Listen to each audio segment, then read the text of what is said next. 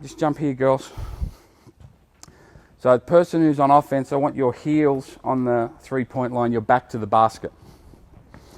All right? And you're here. So one of the things that we want to do is always get more drill out of the drill and more practice out of practice. We don't have time to teach in isolation. We don't have time to say, okay, we're just doing a shooting drill or we're just doing a passing drill. We've got time to do basketball drills, all right? And every drill is going to have elements in it, all right? So call this Alba one-on-one, and you can build it up with an offensive focus, but we're going to do it with a defensive focus. And again, one of the best ways to develop one-on-one defensive capabilities, funnily enough, is to play one-on-one a lot. You know, probably about 12, 14 years ago now, we had 5 days in Serbia, probably the best teachers of basketball in the world. And we went to about 12 practices in 5 days from under 16s through to pros. And we didn't see shell drill. Didn't see 4-on-4 defensive position shell drill. Now, I was getting the shakes, right? It's like, how do you not do this? So, you know, I'm the smartest guy in the world, so I asked this guy from Serbia, who may actually be the smartest guy in the world, how do you teach defense without the shell drill? You know, subtext, man, you're crazy, you don't know what you're doing, right? And he said, we get really skilled players and we defend them. So his answer, we get really skilled players and then we defend them. Again, young, well, they're pretty good, Serbia, right? And because they play a lot of one-on-one, a lot of two-on-two, a lot of three-on-three against skilled players, all right? That in junior age brackets, they would play more one-on-one, two-on-two, three-on-three than 5-on-5, no question. They would have sessions where they don't play 5-on-5, and they learn to play. So, you know, we're trying to play a lot more one-on-one now when we're trying to develop both sides of the ball. So we call this Alba one-on-one. You're in a stance, you're in a stance. So you're going to hand the ball around either side. Now, if she hands it on that side, you have to pivot on that foot. Now, you can forward pivot or you can reverse pivot. If she hands it on that side, same thing, you have to pivot with that foot. All right? So just pivot. Now, as you hand her the ball, what we want to try and do as much as we can defensively is take away time and space. Conversely, the great Kobe Bryant is the best there's ever been offensively at creating time and space. So it's a struggle. So you're going to hand her the ball and then you're going to go and, in a stance, take away her time and space. How do you create time and space? With a pivot, yeah, all right. Now you might sweep the ball through, you might jab step, you're going to use ball fakes, foot fakes to create time and space. If she jabs, you're going to jump straight back and then recover, all right. You're going to have your hand above the ball to stop her from using the ball for leverage. You've got now 1 pivot, 3 dribbles to score. You're playing without fouls. If she gets you down to the charge halo, what's your rule down here? All right, wall up, jump up and back. Play without fouls. Let's see the whole thing. Whole thing. Take away space. Good. Hand above ball. Pretty good. And that's a great example. Go back, girls. Go back. That's a great example of what the thing we're trying to get done. Well done. It was a good move. She realised where she was, so she went down to the other side of the basket, which was sound offence. How often do you see this foul? Whack. Like, she's got to make this here and score that way. All right? She went here, and she just walled up, and she ended up shooting an air ball. That was great defence, not bad offence. Your move was fine. How often do you see they do a great job and you go, great, what's your name? Molly. Great job, It's not even out of your mouth and Molly's going, bingo! 2 shots, all right? Play without fouls. Now, you want to make sure when you hand her the ball, take away space, time and space, all right? Now, when she pivots, pop straight back, but still have your hand above the ball. Good girl, all right? Now, if she jab step, which is your pivot foot? This is my pivot foot. All right, if she jab steps out there, just jump straight, right? Just jump straight back. Why? Because she's probably wanting to jab there so she can go there, all right? So on jab steps, just jump straight back and then re-establish. Jump straight back and then re-establish. Let's see it again, the whole thing. Good, good. Good, next, let's go. Time and space. Good. Good, box out. Now, as much as we can, we want to play with one hand above the ball. All right? Now, there's a whole lot of things with hand positioning. You know, over the years, we've had a whole lot of things with hand positioning. And I think a lot of it is really PhD of coaching. You know, I'll have it here and this angle. You just want to do something that's applied. All right? Now, I want hands up. All right? But I want one hand above the ball. Because even at the VJBL level, I'm sure you've all got kids in your team or in your league that can turn and face and just go right into their shot. And then I'm sure you've got players in your team that can't do it, but do it. All right? And it goes off the backboard and goes in and whatever else. Right? So this stuff, aeroplane, no good. That's going to lead to fouls. Because if I'm doing this and the offense is able to get to my arms, what's the referee probably going to call? Foul on me. Probably. All right? But if I'm here, hands up, and one hand above the ball, all right, and if they change there, right, if they make that, again, it's the soccer rule. I'll live with it. But I also live with the odds. All right? Make sure you got hand above ball. Let's go. Take away space. Wall up. Good finish. Next, let's go. Come on. Sleep at night. Let's go. Good. Feet. Not bad. Good. Now, this is excellent. She's really buying into it, just trying to tail off. This is the hard bit. This is the challenge. They have to have a sense of where the charge halo is. Because what they're doing now is they're sliding and then they're doing this out here, and that is going to be a foul. You've got to be able to contain nose on ball, and then when I sense I'm here, that's when I go into the wall stance. I don't do it early. If they do it early, it is going to be a foul. As soon as I stand up, a good offensive play gets hip checked, and it's there. Let's go. Good.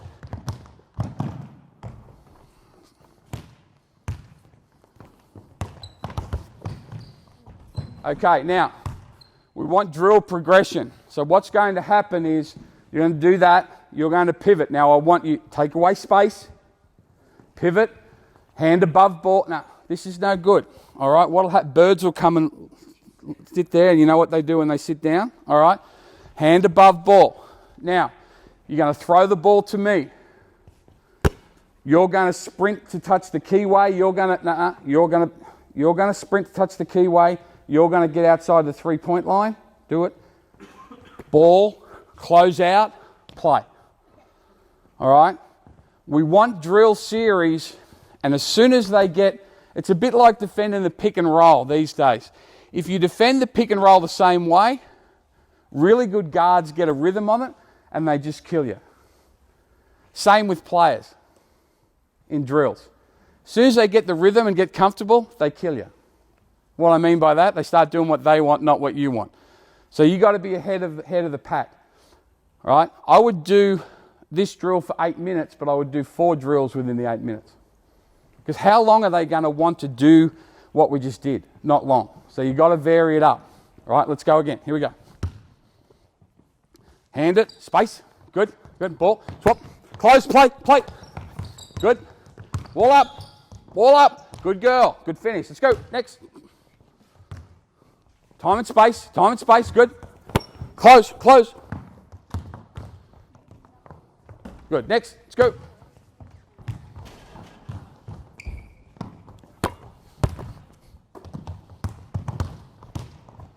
Good. Good. What? See, that's good job. Play without fouls. Realised she was out of position, and you see where her thumbs were. She was really pulling herself away, but she was still putting the player under duress. All right. Now, hopefully the official doesn't call that. Now, the reason they may call it is because we've done such a bad job, we being the royal we coaches, we've let kids foul here for 100 years. So what happens now when the ball gets here? The trigger figure's like, boop, foul. What? Well, but you can't be critical because 9 times out of 10, it has been a foul. All right? Now, the progression is this. Take away time and space. All right? Good. Pass it. Now, hold up. Outside 3. You've got to close out. What's happening now is they're shortchanging the drill. All right? Close out. Throw it back to me. All right? Run to the corner. You defend him. Bounce back. Take away that. Play. Okay? Got it? Let's see the whole thing. Now, I'm not here talking about pressure man-to-man as opposed to pack man-to-man. There's 2 trains of thought. All right? And I was going to lie and say I'm comfortable with both. I won't. All right? But whichever you do is fine. You know, from a Basketball Australia point of view, we're doing pack man-to-man, which is pretty challenging for a crusty old pressure guy like me. But before you even get to that positioning and to the strategy, you got to have fundamentals. All right? So however you teach it is fine. I'm going to have them deny and contest here, but you might not. And that's okay too. What we want to try and do, can they do multiple things? Can they do 3 or 4 things in the one defensive possession? Can they go from one thing to the other? All right, here we go.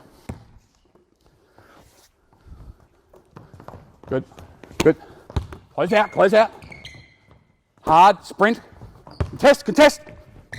Good. Good. Next, let's go. Time and space. Take away time and space. Good. Good. Cut. Contest it. Contest. See the ball. All right, now, go again.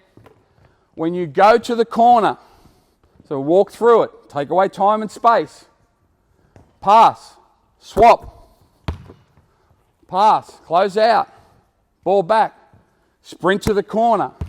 If you can back cut. All right? And then you've got to try and take that away. If not, come there. So again, keep giving them things that they can do.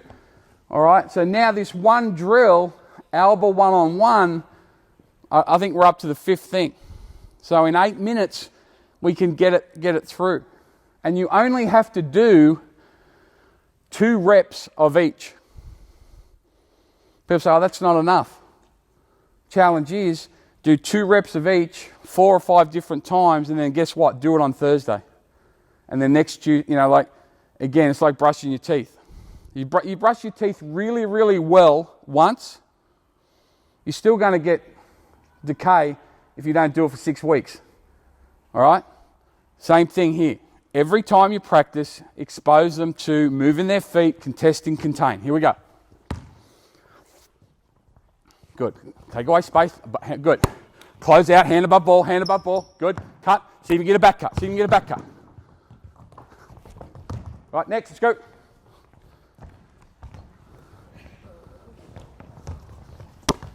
Close out. Hand above ball. Good. Cut. See if you get it back. Cut if you can't. Lead. Good. Good girl. Good. Now, that's a prime example. All right? She's a strong athlete, so she bang that contact. Now, hopefully the referee doesn't call that, because it's not. I don't think that was a foul. All right, there was contact, but now this is the challenge, and she did a great job. There's a bit of contact, but can now I get back and wall up. What happens, I'll do it with one of the boys, you keep the ball, come here, come here. So he drives, no, you'll come this way, and he gets into my body. We call this body in, body up. So body in, body back there. Let's come back. So now refs shouldn't call that because that's just good offense. Now the challenge is, can I get back? I know and that. What happens, he comes body in, body up. Foul.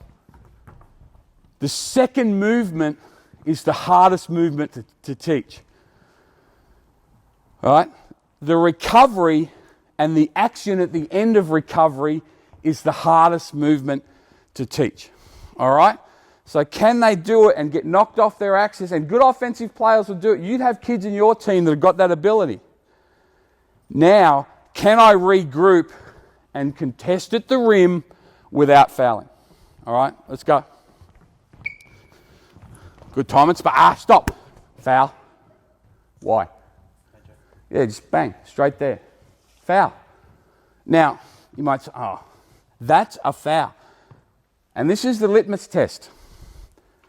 If Andrew's the offensive coach, do what you just did. What are you saying, Andrew? Straight away. That's a litmus test. So don't be up the other end going, oh, it's soft. Because you know at this end you're like, hey, ref, get him a saddle or get him off. Like, you can't have it coming and going. All right, here we go. Time and space, time and space. Good. Swap. Close out, hand above ball. Hand up, good. Hard cut, see if you get a back cut. Good, plate. Contest. All right, now I don't mind that contest. That's sometimes kids confused. He was here, he committed to the shot, and he contest. That's fine. All right, it's going to be very hard for him to do that. I'd rather that with separation than how often do you see this? So he drives, go into a step back, and you see the kid do that. Oh, that's for the coach to do. Your job is to, and you know what happens? What's the coach do? Hand! Sit down, idiot, you're not out there, but, right? You see kids do it, so, here. Why? They think, well, he's probably going to miss. Well, that's not a good rationale. We got to contest shots. Right, let's go. Shot. Here we go. Time and space, hand above ball. Good. Swap, close out, hand above ball. Ball. Good. Lead. See if you can get a back cut. See the ball. Good. Hand above ball. Good. Good girl. Good possession. Wall up. Now, as the great Lindsay Gaze would say, operation successful, patient died. How good was she? She played without fouls, she moved her feet, she got down here, she walled up, she made a play. Was that poor defense? No, it was excellent defense. But again, it's the soccer rule. They scored. But we need to acknowledge what she just did. You know, as a coach, you've got to celebrate the small wins. Because you can't ask them to do something. They do it, and then they score. She made a tough shot, and what do you do as a coach? Lucy, contain! Well, hold it. I did. Lucy, you've got to wall up there. Well, hold it. I did. So who's the idiot here? All right? So you've got to be authentic in how you teach it and celebrate. And defense is not all about, you know, we talk about stops. Here's one for you. Stops are the most overrated thing in all of basketball. You think, what? We've all done it. Consecutive stops. All right? I used to have my assistants count every time we got 3 consecutive stops. Great. You know what it was? 3 consecutive missed shots. What is a stop? Now, yes, it's important. Of course it's important. And any time that we can force them to shoot, miss, and we can get rebound, it's a possession game, fine. But let's not get caught up in stops. What is, get a stop. What is that? All right, sometimes, as in that situation, they do a tremendous job, follow all the rules, and the offense is just better. All right, we just acknowledge it. Hey, great job, Lucy, or whatever the name is, right? Or you look elsewhere. She's done her job one-on-one, but as we know, defense isn't one-on-one. So maybe the other positioning wasn't great of the teammates and whatever else. It's not all about just because Darren scores on me when I'm defending him that I've done a bad job. Often, it's we've done a bad job, or sometimes the offense is just better. Okay. If you're trying to follow these notes, I apologise because I haven't been. So I'm just trying to find out where we're up to. It's first rule of coaching, go on a tangent.